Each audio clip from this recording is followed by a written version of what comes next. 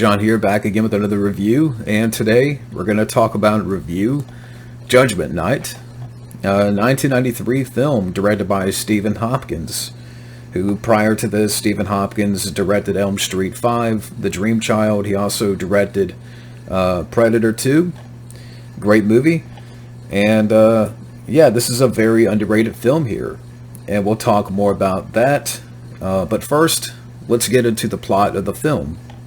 But the gist of the story, you have these four young men in the film, Emilio Estevez, Stephen Dorff, which those characters they play are brothers. You have the other two friends, Cuba Gooding Jr. and Jeremy Piven, and they're on their way to a boxing match in this luxurious RV.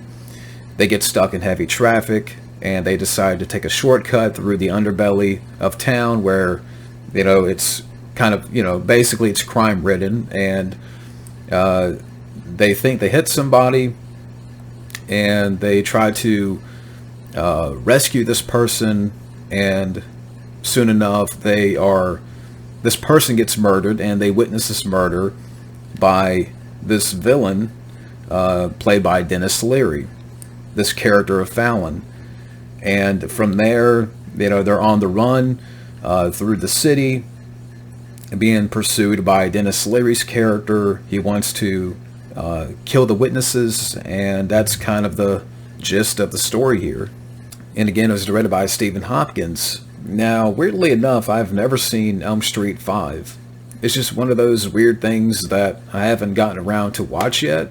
I love the first four. I love A New Nightmare. And I haven't seen 6 either, now that I think about it. But I love Predator 2, and he's still working to this day, I believe. And the screenplay is by Lewis Kolick. Now, from what I understand, and this is according to Wikipedia, so take it however you want, but apparently there was different scripts early on. One version was to have bikers in the desert outside of LA, and you would have rooftop motorcycle chases. And to me, you know, what they ultimately came up with here, I think worked out great, because, you know, you have this straightforward premise where these four guys are on the run through this urban jungle, and this is 1993. This is at a time when, you know, you didn't have smartphones. You couldn't just call up somebody and, you know, ask to be picked up, you know, from this environment. You had payphones back then, but there was hardly, you know, any payphone in this setting here. But that's what, to me, works about this movie, and why it is very effective, because these four friends, you know, they have to band together and stick together to make it out of the city while being pursued by Denis Leary. You know, he wants to, you know, get rid of the witnesses, and they're going from place to place, from building to building, and, you know, again, trying to get away and, you know, evade, you know, Denis Leary's character. And it's a very savage game of cat and mouse. And again, that's why, to me, that I just really enjoy this movie. And the cast, you know, makes it work. You know, Emilio Estevez, around this time, he was putting out some good stuff. You know, even prior to this, you have Young Guns, Men at Work, you know, Loaded Weapon 1, which I believe came out the same year. You know, Free Jack, which I believe came out the year prior. And I've never seen Free Jack, but I do have it in my collection. And, you know, by this time, he had already done the first Mighty Ducks. And Emilio was on a roll, you know, still around this time. You have, you know, Stephen Dorff, who later on would be in Blade, and early on in his career, he was in The Gate, the little horror film The Gate, which I've seen. But, you know, Stephen Dorff, you may see him, you know, here and there in a movie. He's still working. You know, he's still around doing stuff. You know, Jeremy Piven, he would go on to be in that TV show Entourage. He had a bit part in Rush Hour 2. You know, when, you Lee and uh, uh, Chris Tucker's character, they go get fitted for, suits. And yeah, Jeremy Piven's that, kind of flamboyant guy. So you've seen Jeremy Piven before. You have Cuba Gooding Jr., who would go on to be in many more stuff. Jerry Maguire, Radio, and he's a great actor. Dennis Leary, who at this time, when you think about, I mean, what a year for him, because, not only was he in this movie, but he was in other two movies that came out the same year, I believe. Demolition Man, which he was a good guy in that one, and The Sandlot. And then a year later, he was a villain in Gunman, with if people remember that movie.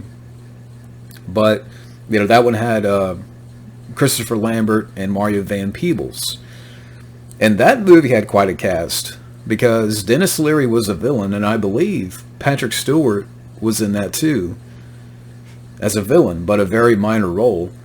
So around this time, Dennis Leary was very busy, putting out, different projects.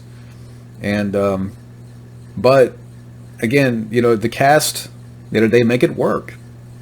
Emilio Estevez's character is the leader of the group. They look up to him to make the decisions. Stephen Dorff is kind of the hothead. His younger brother, Cuba Gooding Jr., is, kind of another hothead kind of character. Where, there's a moment in the movie where he's like, okay, we got to take a stand. We got to fight back against these guys. And and that was a really good scene. When they're in the sewers, and, Cuba Gooding Jr.'s character's like, we got to take a stand right now. So they, kill Peter Green, which Peter Green is in this movie. Yeah, the villain from The Mask with Jim Carrey. He plays a supporting villain here. And he was doing like, playing other villains around this time. And of course, I mentioned The Mask, but he was also a villain in Under Siege 2.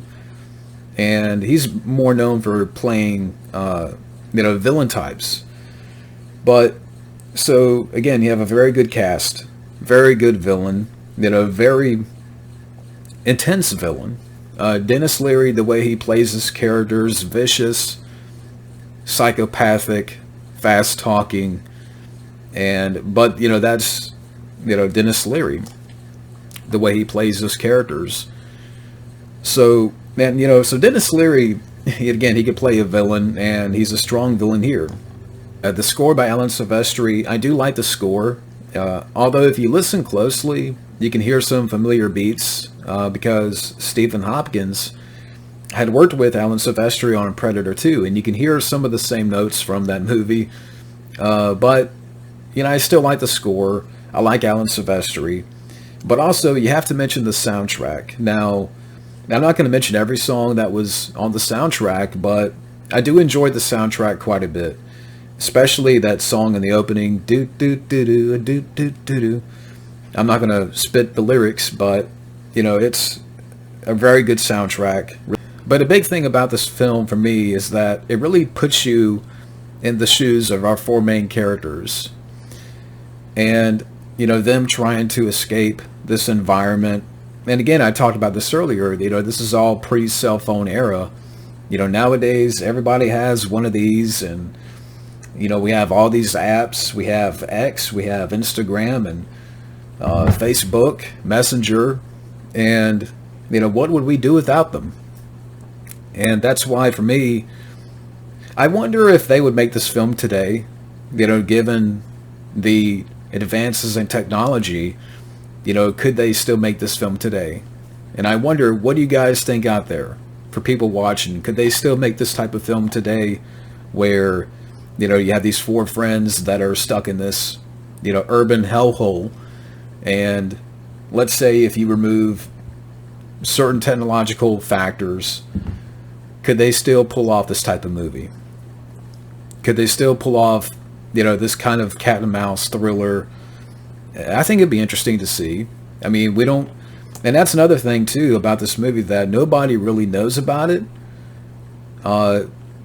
It's a film that not a lot of people talk about. I mean, it's not really recognized or, given the proper spotlight. And I don't understand why. I mean, it's a very effective thriller. And I really enjoy, and maybe I've already talked about this, but I really enjoy the environment. There's a lot of moments of suspense. Definitely keeps you on the edge of your seat. And Denis Leary is ruthless. He's a ruthless villain here. And I really enjoy, how these characters, I mean, I enjoy, what the movie is doing. Not that I enjoy what they're going through, but, the suspense of it. Because they're going from building to building, from, sewer systems, rundown stores. And then by the third act, they're in this grocery store, and you have a one-on-one fight between Emilio and Denis Leary, and it's a very solid fight.